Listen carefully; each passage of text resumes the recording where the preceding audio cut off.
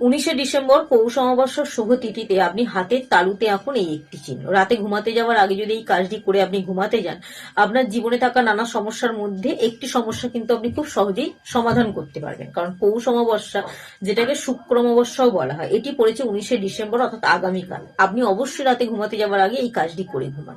আপনি এই দিন মহাবিশ্বের কাছে যে একটি জিনিস চাইবেন, সেই ইচ্ছা কিন্তু আপনার খুব সহজেই পূরণ হয়ে যাবে। তবে যদি এটা ছেলেরা হাতে আঁকতে চান চিহ্নটি, তাহলে কিন্তু অবশ্যই ডান হাতে আঁকবেন, আর যদি মেয়েরা হাতে আঁকেন অবশ্যই কিন্তু বাম হাতে আঁকবেন। কারণ ছেলেদের জন্য ডান হাতটা শুভ এই কাজটি করার জন্য, আর মেয়েদের জন্য বাম হাতটা শুভ। তো অবশ্যই আপনি কি করবেন, সূর্যাস্তের পর এই কাজটি করবেন। একটা ব্লু কালি অর্থাৎ নীল কালি পেন নেবেন। পেন নেওয়ার পর আপনি আপনার হাতেতে ঠিক এই রকম একটি চিহ্ন আঁকবেন। দেখতে পাচ্ছেন, এই যে ঠিক এই রকম একটি চিহ্ন আপনি ঠিক এই জায়গাটিতে আঁকবেন। আঁকার পর আপনি ঠিক সন্ধ্যা অর্থাৎ সূর্যাস্ত হওয়ার পর সন্ধ্যা 6টা থেকে 9টার মধ্যে কাজটি করবেন। রাতে ঘুমাতে যাওয়ার আগে 9টার মধ্যে করলে অত্যন্ত শুভ বলে মনে করা হয় এই সময়টা।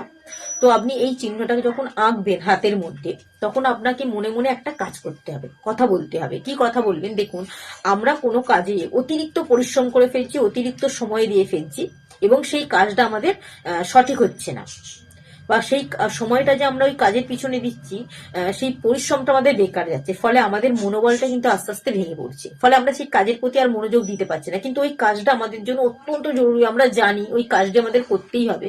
ফলে আমরা পাচ্ছি না, আমাদের মনোবলটা অতিরিক্ত পরিমাণে ভেঙে যাচ্ছে। আপনার মনোবল অতিরিক্ত পরিমাণে বৃদ্ধি পাবে, এবং ওই যে কাজটি হচ্ছিল না, ওই কাজটি কিন্তু খুব সহজেই আপনার জীবন সফল হয়ে ধরা দেবে। তো কি করবেন, এই চিহ্নটা আপনি আঁকবেন যখন, তখন আপনি মনে মনে বলবেন যে আমি যে পরিশ্রমটা কাজের পিছনে দিচ্ছি, ওই পরিশ্রমটা কিন্তু আমার সফল হয়েছে, অর্থাৎ আমার কাজটা কিন্তু খুব সহজেই হয়ে গিয়েছে। আমার মধ্যে যে নেতিবাচক শক্তি ছিল, সেই নেতিবাচক শক্তিটা বেরিয়ে গিয়ে আমার মধ্যে ইতিবাচক শক্তি প্রবেশ করেছে। আপনি প্রেজেন্ট টেন্সে বলবেন কথাটি, যাতে আপনার কাজটা হয়ে গিয়েছে এমন ভাবে বলবেন। এবং ওটা বলার সঙ্গে সঙ্গে আপনি কিছুটা পরিমাণ লবণ নেবেন। সন্ধব লবণ নয়, যে লবণ আমরা খাবারে ব্যবহার করি, সেই লবণটা ঠিক এখানে দেবেন। দিয়ে আপনি এই বুড়ো আঙুলটা করে এরকম করে ঘষবেন। ঘষতে ঘষতে আপনি কথাগুলো বলবেন যে আমার যে মনোবলটা যে ভেঙে গিয়েছিল, সেই মনোবল আবার আমার মধ্যে প্রবেশ করেছে। ফলে আমি কাজটা খুব সহজেই কিন্তু সফল করে ফেলেছি। এই কথাটা বলতে বলতে একটা করে রাফ করবেন। তারপর আপনি সেটাকে জলে দিয়ে ধুয়ে ফেলবেন। এই কাজটি যদি আপনি করতে পারেন রাতে ঘুমাতে যাওয়ার আগে 19শে ডিসেম্বর, তাহলে কিন্তু আপনার যে কাজের প্রতি প্রচুর পরিশ্রম করার পর মনোবল ভেঙে গিয়েছিল, সেই কাজটা সফল হয়নি, সেই কাজটা কিন্তু আপনার 2026 সালে খুব সহজেই পূরণ হবে। কারণ এই পৌষ অমাবস্যার দিনটি এতটাই শুভ, মহাবিশ্বের কাছে আপনি ভক্তি করে যে কাজটি করবেন, সেটা কিন্তু খুব সহজেই আপনার জীবনে শুভ হয়ে ধরা দেবে। অনেক মানুষ আছে দেখবেন, খুব সহজেই তাদের ওপর কুনজর পড়ে, অর্থাৎ নজর লেগে যায়। তো এই নজর লাগা থেকে যদি বাঁচতে চান, তাহলে এই 19শে ডিসেম্বর পৌষ অমাবস্যার শুভ তিথিতে আপনি হাতের তালুতে, মেয়েরা করলে কোন হাতে আঁকবেন? বাম হাতে, আর ছেলেরা করলে কিন্তু ডান হাতে। এই যে দেখতে পাচ্ছেন একটা গুণ চিহ্নের মতো, আমি কাটা চিহ্নের মতো এঁকেছি, হ্যাঁ, ঠিক এই চিহ্নটা এই জায়গায় আঁকবেন। এতে কি হয়, আঁকার পর আপনার মধ্যে যে কোন নজর লেগেছে বা অশুভ দৃষ্টি আপনার মধ্যে পড়েছে, বা আপনার বাড়ির কোনো ব্যক্তির ওপর পড়েছে, তো আপনি তাদের হাতে ঠিক এই জায়গাটিতে এরকম গুণ চিহ্নের মতো এসে আপনি লবণ দিয়ে এটাকে ঘষতে থাকবেন, এবং মনে মনে বলতে থাকবেন যে আমার মধ্যে যে নজরটা লেগেছিল বা নজর পড়েছিল, সেটা কিন্তু আমি তা থেকে কিন্তু মুক্তি পেয়ে গেছি। প্রেজেন্ট টেন্সে বলবেন। তো করার পর এটাকে ভালো করে রগড়ে নিয়ে আপনি জল দিয়ে ধুয়ে নেবেন। এই কাজটি যদি পৌষ অমাবস্যা শুভ তিথিতে করেন, আপনার মধ্যে থাকা নজর বা কুনজর যদি পড়ে, সেটাও কিন্তু, তা থেকেও কিন্তু আপনি মুক্তি পেয়ে যাবেন।